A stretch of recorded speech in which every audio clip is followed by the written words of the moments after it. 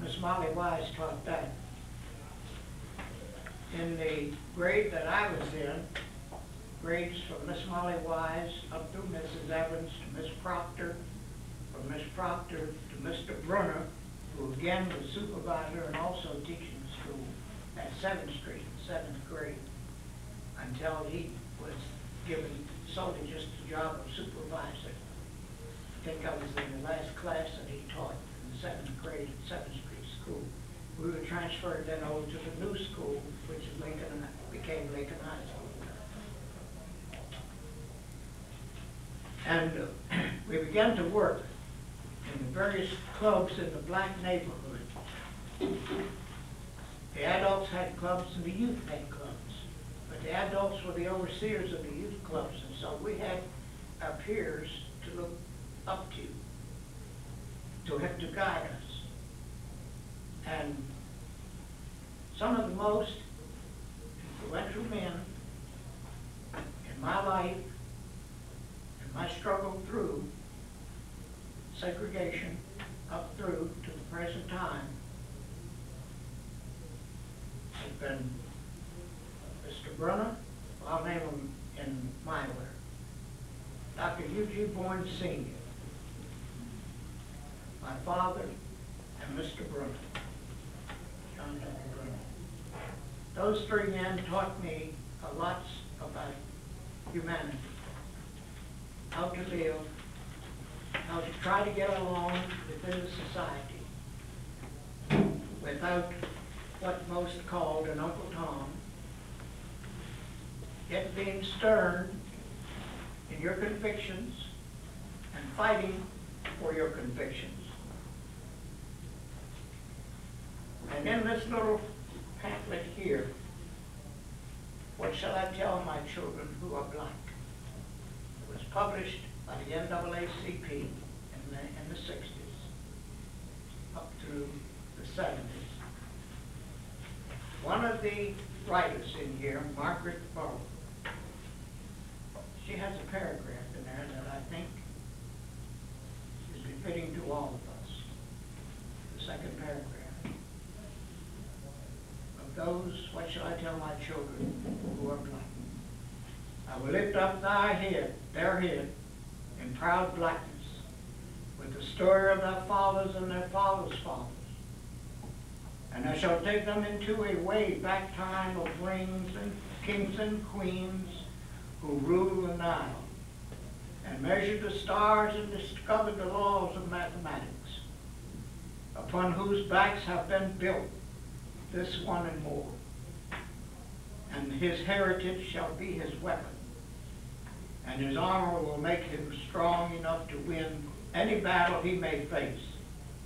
And since this story is often obscured, I must sacrifice to find it for my children, even as I sacrifice to feed, clothe, and shelter them.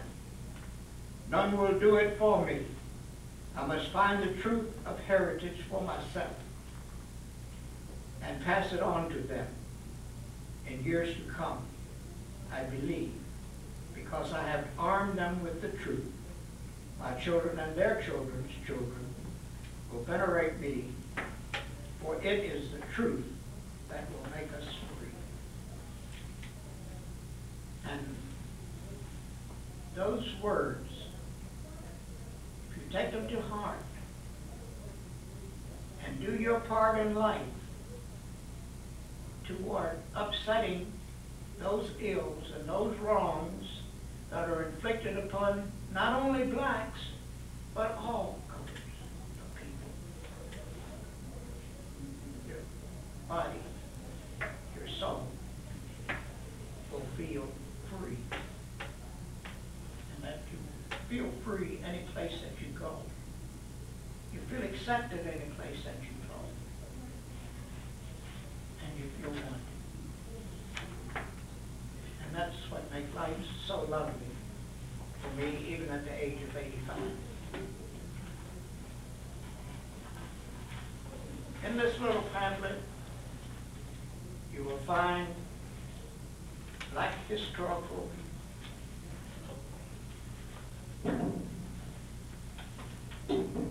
writings. Find from the time the first child was born, first flight entered this country, up until the later years and ages. And I only have one copy of that. There's a couple copies came off of that. These go on the back. They go on the back of it. I have belonged to, in Frederick County, you name it, the organization. I worked with, in Frederick County, you name it, the organization, including the churches. From the county commissioners with openness, fair-mindedness, being a good citizen, respect for the Constitution and the American flag, respect for individual pride. The dialogue group was one of the best groups that I knew of, which was organized by George Delaplane, the owner of the Frederick News and Post. And we got to meet, and they got to meet, people of all walks of life. And some of the stories and the old adage that within their belief that white was superior to blacks was nauseating. And some still believe that. I was arrested for protesting against apartheid in South Africa. Arrested with Herb Belafonte's daughters, Sherry and her husband. There were 6 of us arrested that day in Washington. We were all released on our own recognizance. Any charges eventually dropped. I was arrested for walking through Baker Park, trespassing on city property. I was ridiculed after spending 5 years in the armed forces, 4 battles, 4 combat zones,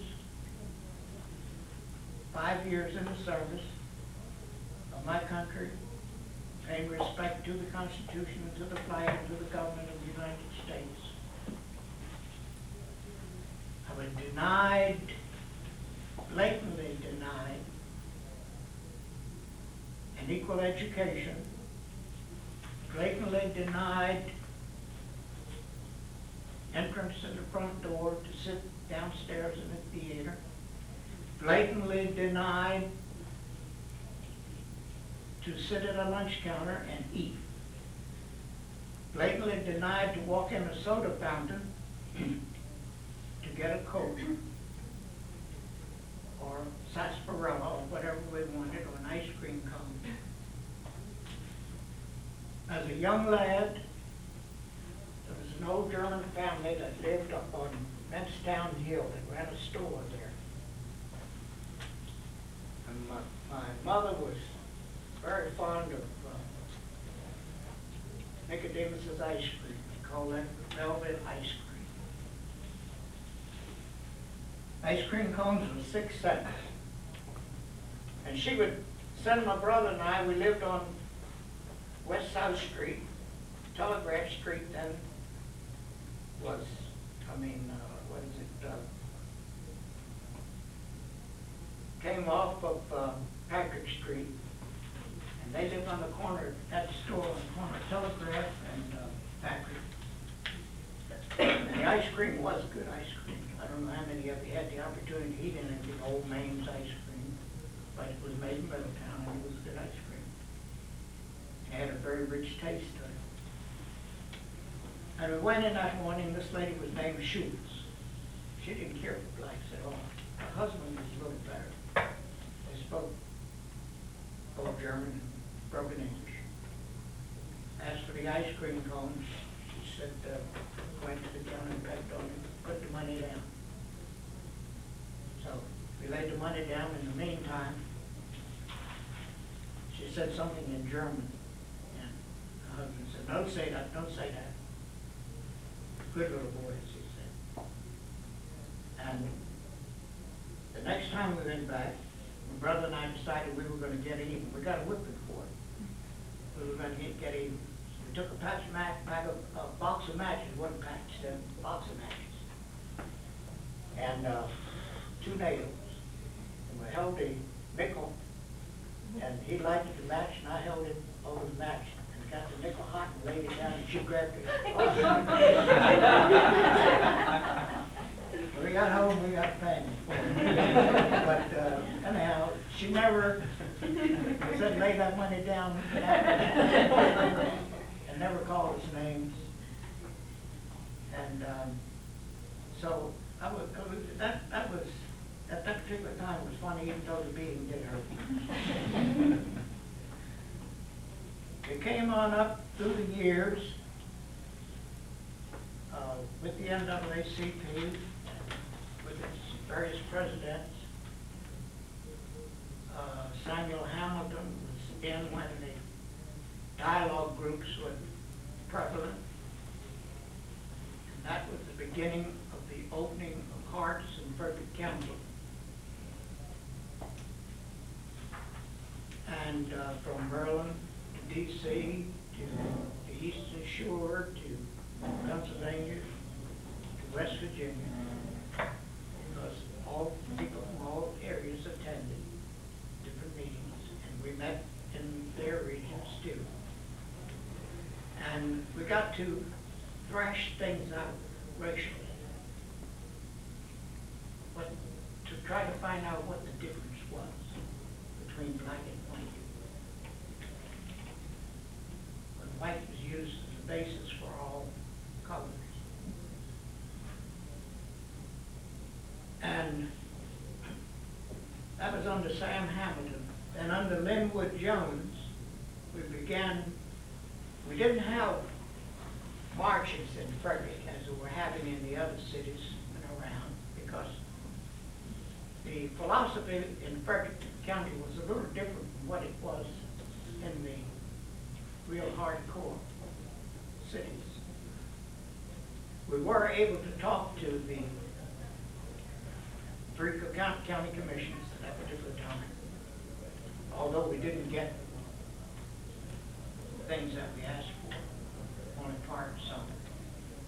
We were able to talk to, at times, to different mayors, although we didn't get things that we asked for. We were able to talk to the judges, to the preachers, and the Catholic Church was the arm that reached the farthest into the black community for reconciliation. And still today, I feel indebted to those. And I go to Mount St. Mary's and I give talks up there to the students. I have the students up there with the essays. I have them to write the theses. Want to write it on human rights or any black figure that they want to pick within the system that came along in the system, or that's alive and in the system now.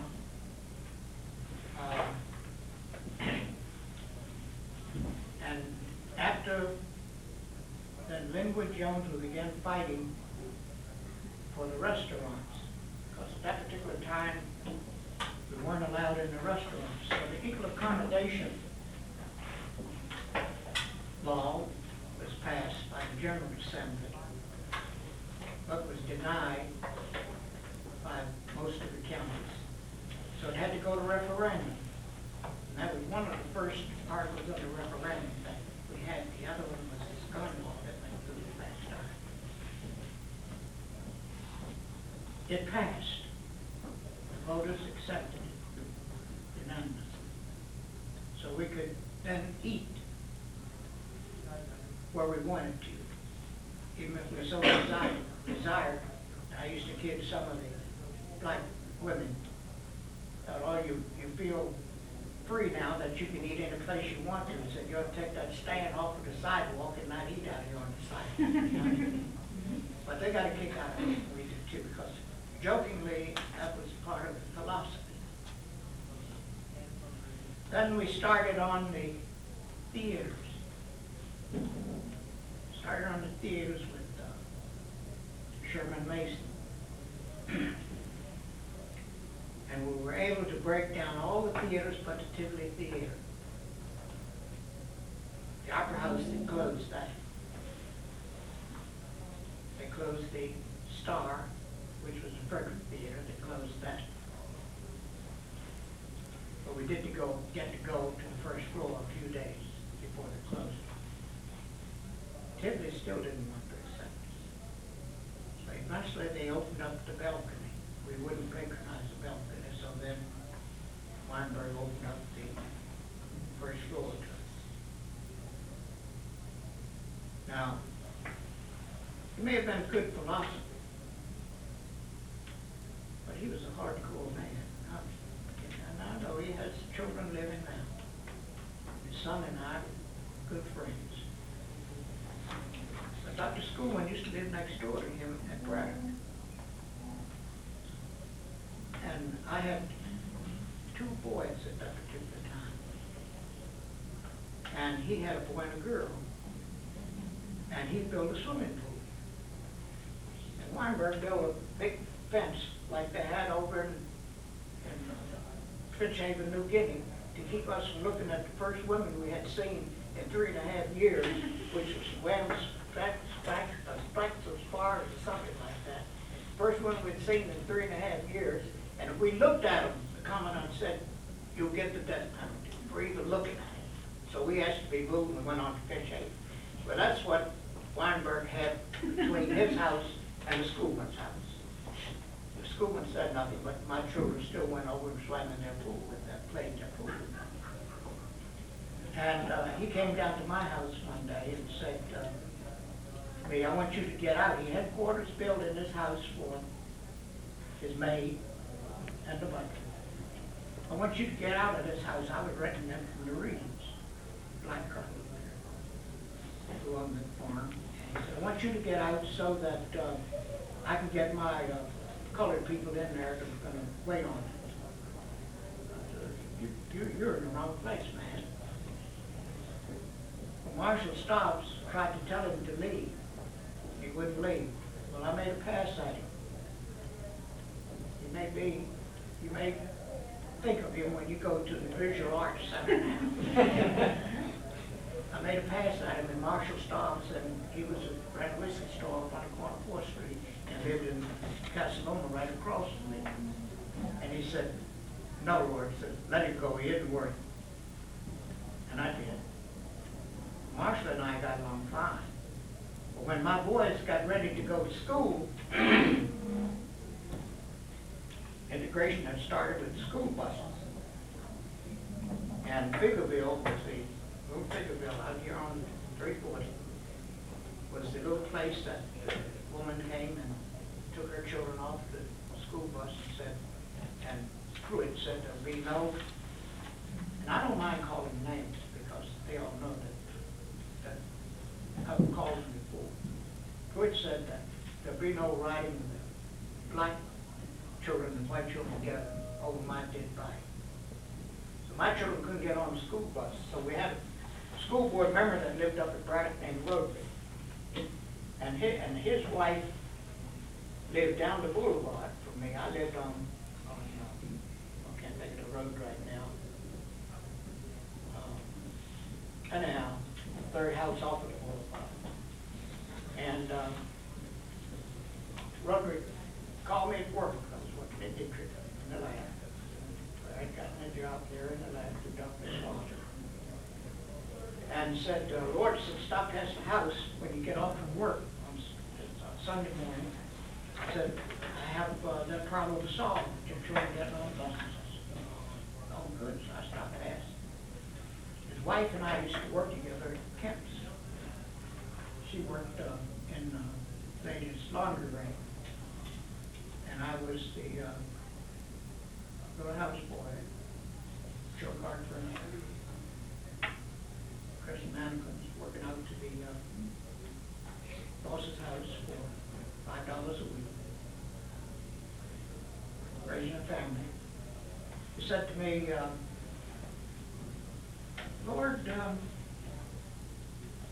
I have this all solved. Said, when the colored bus comes past, Theodore Ambush, I said, it doesn't come past my house, and there's 3 buses go past my house.